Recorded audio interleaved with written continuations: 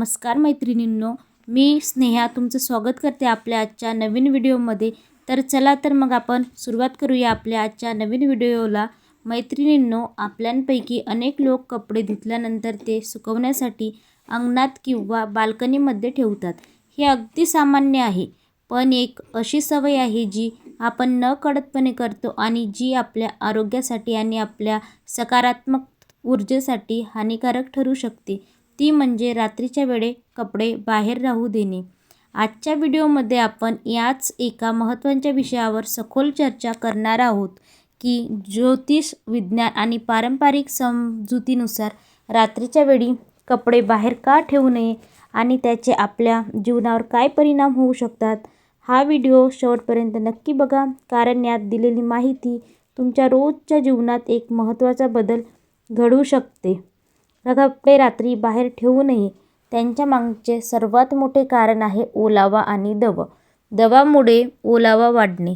रात्रीच्या वेळी वातावरणातील तापमान कमी होते, ज्यामुळे हवामानातील ओलावा कपड्यांमध्ये शोषला जातो. विशेषतः हिवाळ्यात आणि पावसाळ्यात पडणाऱ्या दवबिंदूमुळे कपडे पुन्हा दमट होतात. दमट कपडे घातल्याने शरीराला थंडी लागते आणि सर्दी, खोकला आणि त्वचेच्या समस्या वाढू शकतात. जीवाणू आणि बुरशीचा धोका उद्भवू शकतो. दमट आणि अंधाऱ्या वातावरणात जीवाणू, बॅक्टेरिया, बुरशी, फंगस झपाट्याने वाढतात.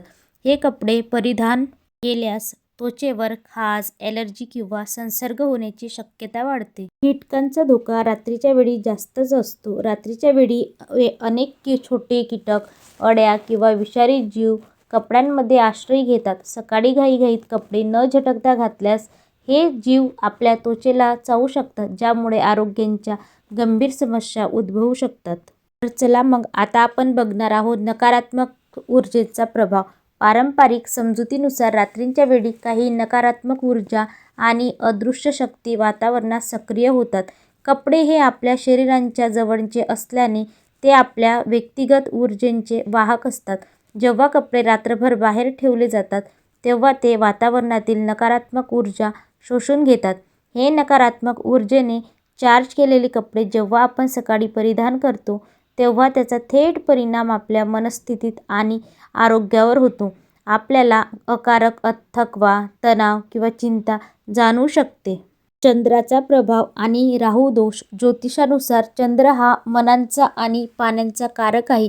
रात्री चंद्राच्या शीतल किरणांमुळे कपड्यांमध्ये येणारा ओलावा राहू ग्रहांच्या नकारात्मकतेला आकर्षित करतो. घरात शांतता आणि समृद्धी टिकवून ठेवण्यासाठी रात्री नकारात्मक ऊर्जेला घरात प्रवेश करण्यासाठी रोखणे आवश्यक आहे.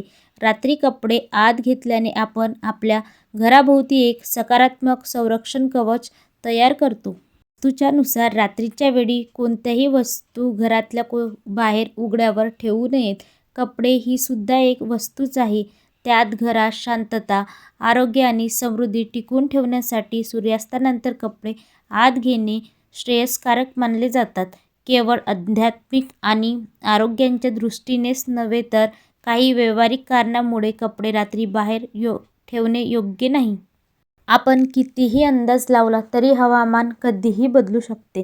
रात्री अचानक पाऊस आल्यास तुमचे कपडे पुन्हा ओले होतील आणि तुमचे संपूर्ण श्रम वाया जातील. चोरीचा धोका. अनेक वेळा महागडे कपडे किंवा काही लहान वस्तू अंगणातून चोरीला जाण्याची शक्यता असते. पाळीव प्राणी आणि पक्षी. रात्रीच्या वेळी पाळीव प्राणी, उदाहरण मांजर, कुत्रा, उंदीर किंवा बाहेरचे भटके प्राणी कपड्यांना खराब करू शकतात. पक्षी देखील कपड्यांवर विष्ठा टाकून त्यांना दूषित करू शकतात.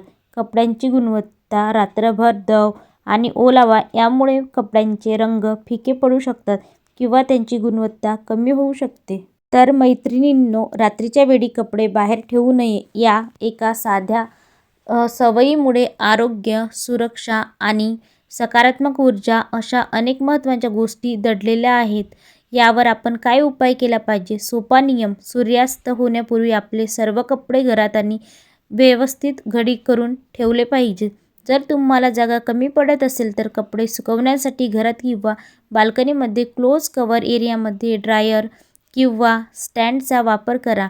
या एका छोट्या बदलामुळे तुमचे आरोग्य आणि तुमच्या घरातील सकारात्मक ऊर्जा नक्कीच वाढेल. पुढच्या वेळेस कपडे वाळत घालताना ही गोष्ट नक्की लक्षात ठेवा. आजची माहिती तुम्हाला कशी वाटली हे कमेंट बॉक्समध्ये नक्की कळवा. पुन्हा भेटूया अशाच एका नवीन व्हिडिओमध्ये. व्हिडिओ नक्की शेवटपर्यंत बघितल्यास धन्यवाद. आवडल्यास चॅनलला लाईक, शेअर आणि सबस्क्राईब करायला मात्र विसरू नका. भेटूया अशाच एका नवीन व्हिडिओमध्ये. बाय. धन्यवाद.